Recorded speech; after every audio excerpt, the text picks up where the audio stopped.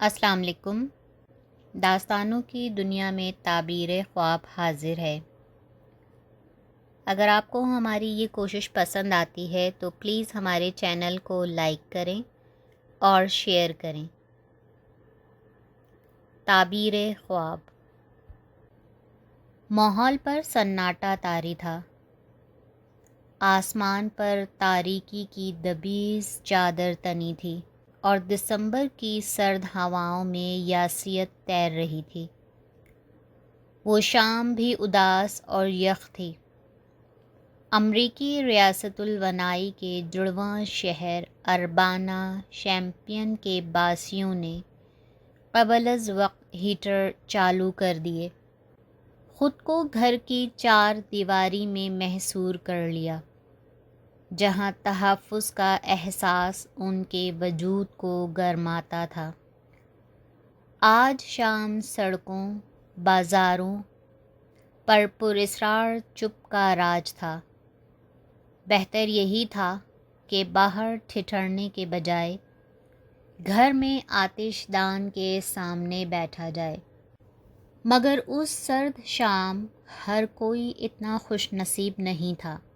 شہر کے کئی باسی سڑکوں پر تھے اور ٹھنڈ کو اپنے وجود میں اترتا محسوس کر رہے تھے۔ انہی میں ایک پاکستانی نوجوان بھی تھا جو پہلی بار الونائی کی سرد ہواؤں کے روبرو آیا تھا، جنہوں نے اس کا جسم چھید ڈالا تھا، وطن سے دوری کا زخم ہرا کر دیا تھا۔ اس کے جسم پر ایک کوٹ تھا جو اس نے امریکہ آنے سے چند روز قبل لاہور میں لگنے والے ایک بچت بازار سے خریدا تھا۔ بڑے بوڑھے سچ ہی تو کہا کرتے تھے، سستا روئے بار بار، مہنگا روئے ایک بار۔ کوٹ سرد کٹیلی ہواؤں سے مقابلے میں ناکافی ثابت ہو رہا تھا۔ گلے میں پڑا مفلر بھی اس جنگ میں بیکار نکلا۔ کپ کپانا اس کا مقدر تھا، کیونکہ ہاسٹل ابھی دور تھا اور اسے پیدل ہی سفر طے کرنا تھا۔ جیب میں اتنے پیسے نہیں تھے کہ وہ بس پکڑ سکتا۔ بظاہر وہ ایک عام سا نوجوان تھا، اپنے ہزاروں ہم وطنوں جیسا، جو امریکہ میں قسمت آزمانے آئے اور پھر وقت کی بھول بھلائیوں میں گم ہو گئے۔ جدوجہد کی گھاٹیاں عبور کرتے ہوئے ہمت ہار بیٹھے، ہمیشہ ہمیشہ کے لیے بے چہرگی کا شکار ہو گئے۔ ہاں، دیکھنے میں تو وہ ایک عام سا نوجوان ہی تھا، مگر اس کی قسمت خاص تھی، بہت خاص۔ چند برس بعد وہ شہرت کے افق پر ایک روشن ستارے کی مانند چمکنے والا تھا۔ پر اس سرد شام یونیورسٹی آف الونائی میں زیر تعلیم، ٹھنڈ سے کپ کپاتے اس نوجوان کو اس بات کا قطعی ادراک نہیں تھا، یہاں تک کہ داتا دربار کے پہلو میں بیٹھا بوڑھا دست شناس بھی اپنے تمام تر تجربے کے باوجود یہ اندازہ نہیں لگا پایا کہ اس کے سامنے کھڑے نوجوان کے ہاتھ میں چند ایسی لکیریں پوشیدہ ہیں جو بین الاقوامی شہرت کی جانب اشارہ کرتی ہیں۔ لاہور کی اس حبس زدہ دوپہر، نوجوان کے ہاتھ پر کھدے نقشے سے الجھتے ہوئے درخت کی چھاؤں میں بیٹھے دست شناس کے جھریوں زدہ چہرے پر الجھن ابھر آئی تھی، جس سے اس کے چہرے پر پھیلی یاسیت کچھ گہری ہو گئی۔ لکیریں بہت پرپیچ تھیں، دست شناس کو نئے زاویے سے سوچنے کی تحریک دے رہی تھیں، لیکن اس دوپہر گرمی کچھ زیادہ تھی اور دست شناس کا معاوضہ تھوڑا، سو اس نے نئے زاویوں سے سوچنے سے اجتناب برتا اور ان امکانات کو جو نوجوان کے ہاتھ کی لکیروں میں پوشیدہ تھے نظر انداز کرنے میں ہی بہتری جانی۔ کئی ساعتوں تک عطسے سے اس کا ہاتھ دیکھنے کے بعد دست شناس نے گہری آہ بھرتے ہوئے کہا، مجھے معاف کرنا نوجوان، تمہارے مستقبل میں روشنی کی قلت ہے۔ ان تلخ الفاظ نے تپتی دھوپ میں کھڑے 15 سالہ نوجوان کے چہرے پر نا امیدی بکھیر دی، لیکن جلد ہی وہ چھٹ گئی۔ اب اس کی جگہ رجائیت تھی، امید تھی۔ نوجوان کی پشت پر داتا دربار تھا اور آنکھوں میں روشنی۔ اس نے جیب سے 2 روپے کا نوٹ نکالا، دست شناس کے حوالے کیا اور آگے بڑھ گیا۔ وہ محنت کا جویا تھا، سر میں کچھ کر گزرنے کا سودا سمایا تھا جو چند روز بعد اسے امریکہ لے جانے والا تھا۔ نوجوان، تمہارے مستقبل میں روشنی کی قلت ہے۔ کیا دست شناس نے سچ کہا تھا؟ نہیں، وہ غلط تھا۔ نوجوان کی ایک قسمت خاص تھی۔ اس کے ہاتھ میں چند ایسی لکیریں تھیں جو بین الاقوامی شہرت کی جانب اشارہ کرتی تھیں، مگر اس شام ماحول پر سناٹا طاری تھا اور دسمبر کی سرد ہواؤں میں یاسیت تیر رہی تھی۔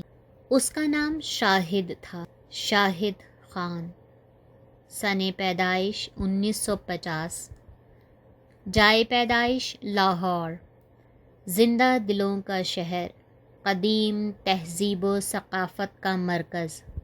گو کہ ابھی پاکستان ایک نوزائیدہ ریاست تھی، اسے معرض وجود میں آئے فقط 3 برس گزرے تھے۔ مہاجرین کی آمد جاری تھی، وسائل کی ایک قلت تھی، لیکن لاہور میں زندہ دلوں کے شہر میں زندگی عروج پر تھی۔ یہ شہر تقسیم کے سانحے سے نکل آیا تھا اور اب اپنی ہی قوت سے سانس لے رہا تھا۔ شہر کی تنگ گلیوں میں جا بجا قدیم طرز تعمیر کے نمونے بکھرے پڑے تھے۔ ماحول پر فنون لطیفہ کے چوکھے رنگ غالب تھے۔ ادیب، شاعر اور مصور اس کی سڑکوں، چائے خانوں کا حسن تھے۔ فلمی صنعت اپنے قدم جما رہی تھی۔ الغرض لاہور زندہ تھا اور وہاں متوسط طبقے کی طرز معاشرت تیزی سے فروغ پا رہی تھی۔ شاہد کا تعلق بھی متوسط طبقے سے تھا، ایک ایسے خاندان سے جہاں وسائل اور مسائل دونوں ہی کی بہتات تھی، اعتدال نہ تھا۔ اس کے اہل خانہ کا مزاج معتدل تھا، جیسے عام طور سے سفید پوش گھرانوں کا ہوتا ہے۔ کم میں گزارا کرنا، اپنا بھرم قائم رکھنا، چادر دیکھ کر پاؤں پھیلانا۔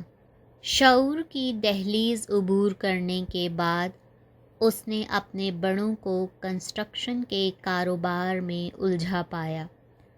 بڑوں کی اسی بھاگ دوڑ کے طفیل اس کے گھر کا چولہا جلتا تھا۔ والدین کی خواہش تھی کہ وہ بھی اس کام میں ان کا ہاتھ بٹائے، لیکن اسے تو تعلیم حاصل کرنے کا شوق تھا، وہ بھی بیرون ملک، کسی اعلیٰ درسگاہ سے۔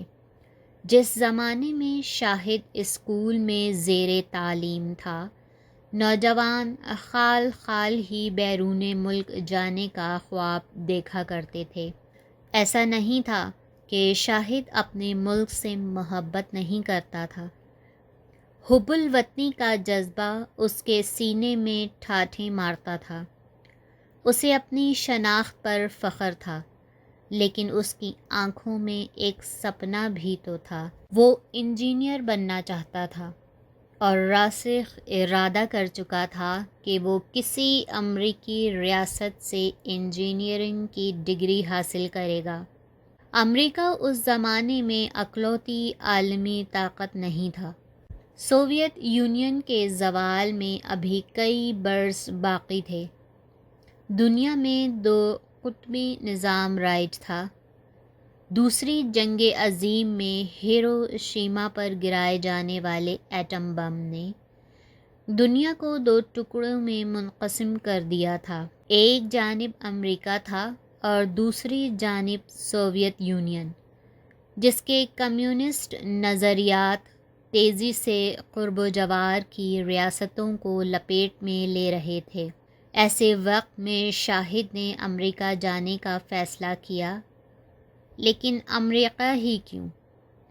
اس بابت زیادہ سوچ بچار کی ضرورت نہیں۔ امریکہ سپنوں کی سرزمین تھی۔ وہاں دنیا کی بہترین درسگاہیں تھیں، جمہوریت تھی، شخصی آزادی کا چرچا تھا۔ شاید یہی وجہ تھی کہ جب کبھی ترقی پذیر ممالک کے نوجوان بیرون ملک جانے کا سوچتے، ذہن میں پہلا خیال امریکہ ہی کا آتا، اور یہی کچھ ستاروں پر کمند ڈالنے کے خواہش مند شاہد کے ساتھ ہوا۔ لاہور سے ابتدائی تعلیم مکمل کرنے کے بعد شاہد نے فوراً امریکی سفارت خانے میں اسٹوڈنٹ ویزے کے لیے درخواست جمع کروا دی۔ اس موقع پر دوستوں نے سمجھایا کہ امریکہ جانے سے بہتر ہے وہ یہیں کسی اچھی یونیورسٹی میں داخلہ لے لے۔